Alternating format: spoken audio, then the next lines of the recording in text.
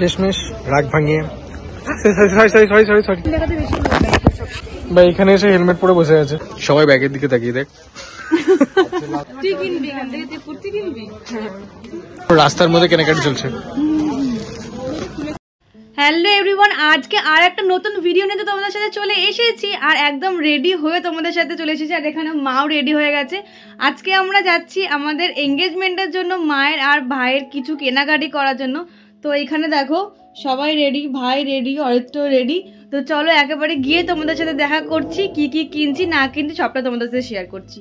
আমরা সবাই তো একসাথে যাইনি, আমি আর অরিত্র বাইকে করে গেছিলাম। আমার মা আর ভাই তো অলরেডি ওখানে গিয়ে আমাদের জন্য ওয়েট করছিল। আর একসাথে চিনি তার কারণ হলো আমাদের ওখান থেকে অন্য একটা জায়গায় যাওয়ার প্ল্যান ছিল, আর সেইটা হয়তো অলরেডি তোমরা শর্ট ভিডিওতে দেখেই ফেলেছো। টুকটাক করে তো অনেক কিছুই কেনাকাটি করা ছিল। তো ফাইনালি মায়েদের সাথে দেখা করে আমরা সোজা চলে গেলাম প্রথমে একটা ব্লাউজের দোকান। মাসি যেহেতু আসেনি আর মাসির ব্লাউজ মাকে কিনতে বলেছিল, সেই জন্য তো অনেক কনফিউশন হচ্ছিল যে এখানে কি ব্লাউজ নেবো আর কি না নেবো। সোয়েটার টাইপের কিছু আইটেম তো দেখা হচ্ছিল, কারণ সামনে এঙ্গেজমেন্টের সময় তো ভালোই ঠান্ডা মনে হয় থেকে যাবে তখন। আর এইখানে দেখো ভাই একটা নতুন কি শিখেছে, ওর সামনে ক্যামেরা ধরলে শুধু এইরকম করে।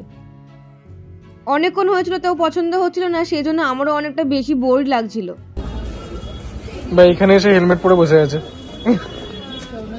আমি আর মা তো ভেতরে কেনাকাটি করছিলাম, আর ওদের যেহেতু এখানে কোনো রোল প্লে করা ছিল না, তাই ওরা এরকম ভাবে ওদের সময়টা কাটিয়ে নিচ্ছিল। কেনাকাটির পর সব থেকে মজাদার পার্ট হলো বার্গেনিং।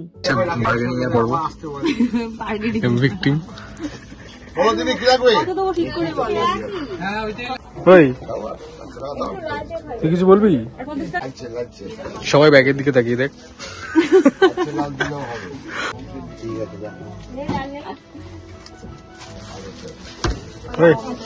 চল আসি।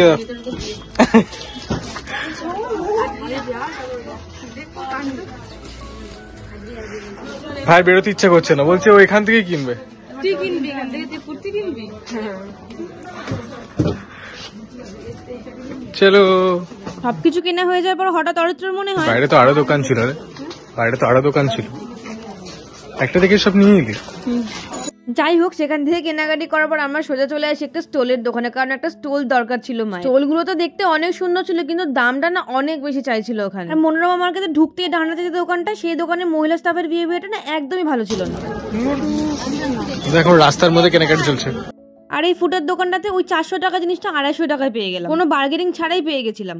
ঠান্ডা হোক আর যাই হোক, আইসক্রিম খেতে আমার বরাবরই না খুবই ভালো লাগে। আর ঠান্ডার মধ্যে মনে হয় যেন আরো বেশি করে আইসক্রিম খেতে ভালো লাগে। যতই দামি দামি আইসক্রিম খাই না কেন, এই ধরনের পাপড় আইসক্রিম গুলো একটা নস্টালজিক ফিল দেয়। আমার অরুণ আইসক্রিম গুলো খেয়ে এমন হয়ে গেছে 5 টাকার বাইর গুলো এত ভালো লাগে না। আমরা এখন যাচ্ছি কি করতে বল? ফুচকা খেতে। সবকিছু খা তুই, খাবো না কেন? অরিত্র এমন ভাবে আমার পিছনে লাগে না, আর আমাকে এমন ভাবে রাগিয়ে দেয় মাঝে মাঝে। হাগুরের মতো খায়, দেখো খা খা খা, বলবি না একদম, খা না হাগুরের মতো খা।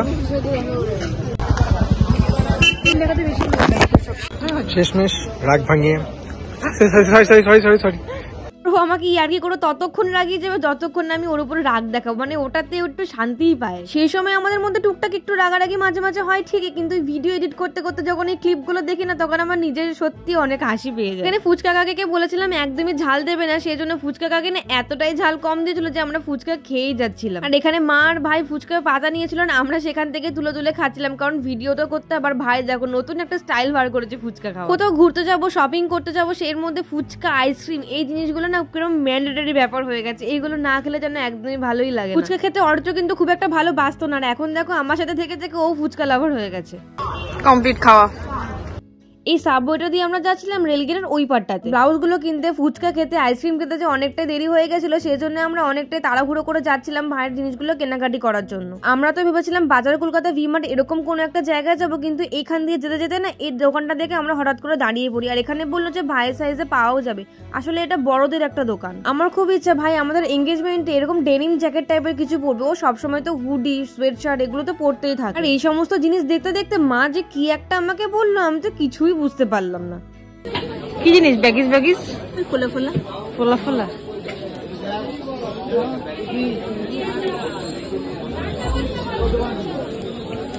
দাঁড়া করবি তো আবার বলছে। দেখো একটা একটা করে ভাইকে জ্যাকেটগুলো পরে দেখানো হচ্ছিল, কিন্তু ওর তো তরস হয়েছিল না। ও বলছে ওর নাকি ঠান্ডা লাগছিল, সেই জন্য ও যে জ্যাকেটটা নিয়ে এসেছে পরে এসেছে সেটাই পরে নিচ্ছিল বারবার। এই জ্যাকেটগুলোর কোয়ালিটি খুব একটা ভালো ছিল না, কিন্তু মোটামুটি অ্যাভারেজ ছিল। কিন্তু এই জ্যাকেটের কোয়ালিটির তুলনায় ওখানে যে দামগুলো বলেছিল সেটা নেওয়ার মতনই নয় একদম। আর এইটা পরে ভাইকে অনেক ফটো তুলে দেখানো হয়েছে, কিন্তু ও নিজেও বুঝতে পারছিল না যে ওর ভালো লাগছে কিনা। যাই হোক, সেখান থেকে আমরা সোজা চলে বেরিয়ে আসি।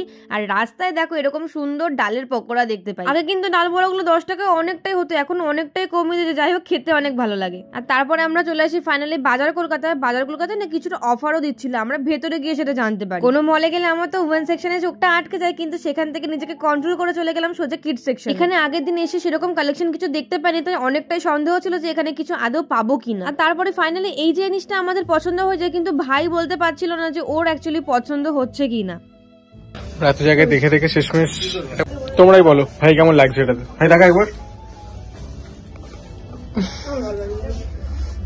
এই সমস্ত করতে করতে অরিত্র তো অনেকটাই হাঁপিয়ে যায়, ইভেন আমরা সবাই হাঁপিয়ে গেছিলাম। পায়ে যন্ত্রণা করছিল বলে ও একটু বসে পড়েছিল। সেখান থেকে মা আমাকে ডাকে যে দেখ 299 টাকা কি সুন্দর সুন্দর শাড়ি পাওয়া যাচ্ছে, কিন্তু আমার দেখে কোয়ালিটি গুলো একদমই ভালো লাগে। আমার মনে হয় কোনো মল থেকে শাড়ি না কিনে যে কোনো শাড়ির দোকান থেকে শাড়ি কেনাটাই সব থেকে ভালো। তো ফাইনালি সেখান থেকে আমাদের কেনাকাটি হয়ে গেল কমপ্লিট, আর আমরা চলে এলাম বিল করতে। আর বিলিং সেকশনে গিয়ে দেখো ওরা তাও কেনাকাটি করা সারে না। এখানে দেখো পারফিউম দেখ, কিন্তু পারফিউম বলতে আমি একবার যখন বেলাভিটা ইউজ করে ফেলেছি না, বেলাভিটা ছাড়া আমার না অন্য কোনো পারফিউমের গন্ধ সেরকম একটা ভালো লাগে না। পার্সোনাল চয়েস এটা আমার একদম। আর উইন্টার সিজন তো প্রায় শেষের দিকে, সেই জন্য অনেক কিছু আমরা পাচ্ছিলাম না, মানে উইন্টার কালেকশন প্রায় সব জায়গায় শেষের পথে, সেই জন্য অনেকটাই দেরি হয়ে গেল এদিক ওদিক খুঁজতে খুঁজতে। আর এইখানে সেই অফারটা পেয়েছিলাম, কারণ উইন্টার সিজনটা শেষের দিকে, আর যেগুলো স্টক হতে ছিল সেগুলোরও অফার দিয়ে ছেড়ে দিচ্ছে। আবার সেদিনকে ছিল 26শে জানুয়ারি, জানি না ওরা 26শে জানুয়ারির জন্য হয়তো অফারটা দিতে পারে। ওখান থেকে চাপানালি থেকে আমাদের হেঁটে হেঁটে কলোনি মোড়ে আসতে হয়, কারণ সেদিনকে ব্রিজের কাজ চলছিল। শনিবার রবিবার করে কলোনি মোড়ে ব্রিজের কাজ চলে, সেই জন্য ব্রিজটা বন্ধ থাকে। আর এখানে এসে মা একটু চুরি বাউটি এই সমস্ত দেখে নিচ্ছিল। আর এখানে দেখো ভাইয়ের অবস্থা এতটাই খারাপ হয়ে গেছিল যে দোকানদারের সিটে বসে পড়েছিল। আসলে আমরা টুকটাক করে এটা সেটা খেয়েছিলাম, কিন্তু আমাদের সলিড কিছু খাওয়া হয়নি বলে আমাদের অনেকটাই খিদে পেয়ে গেছিল, রাতও হয়ে গেছিল অনেক। আর সেই জন্য আমরা চলে এসে মিয়ামোড়ে, কিন্তু মিয়ামোড়ে ঢুকতে গিয়ে যে কি অবস্থা দেখো, এতটাই ভিড় হয়ে গেছিল। রাত 9টা বেজে গেছিল, তাও ওদের অতটা ভিড়। আমি তো ব্যাক ক্যামেরায় ভিডিও করছিলাম অনেকক্ষণ ধরে, কিন্তু ফ্রন্ট ক্যামেরায় একদমই ভিডিও করতে পারছিলাম না, কারণ আমার হাতে হেলমেট ছিল, ব্যাগ ছিল, অনেক কিছু কেনাকাটি করেছিলাম, তো সেই জিনিসগুলো সব ছিল। সেখান থেকে ভাইকে বললাম যে এখানে দাঁড়িয়ে আর কিছু খাস না, সোজা বাড়ি যা, বাড়ি গিয়ে খা, কারণ প্রচন্ড ভিড় ছিল ওখানে। তাও ওখান থেকে টেস্ট করে নিয়েছিলাম আমরা নলেনগুড়ের এই পেস্ট্রি। আর একটা জিনিস আমরা ট্রাই করেছিলাম, সেটা অরিত্রর মোস্ট ফেভারিট, আর ওই জিনিসটা তো অরিত্র মিয়ামোড়ে একবার খাবেই খাবে। আর সেটা হলো নর্মালি চিজ স্যান্ডউইচটা, ওর যে কি ভালো লাগে খেতে। তো এরকম ডেলি ভিডিও দেখার জন্য চ্যানেলটাকে অবশ্যই সাবস্ক্রাইব করে দিও। আবার তোমাদের সাথে দেখা হচ্ছে পরের ভিডিওতে। টাটা।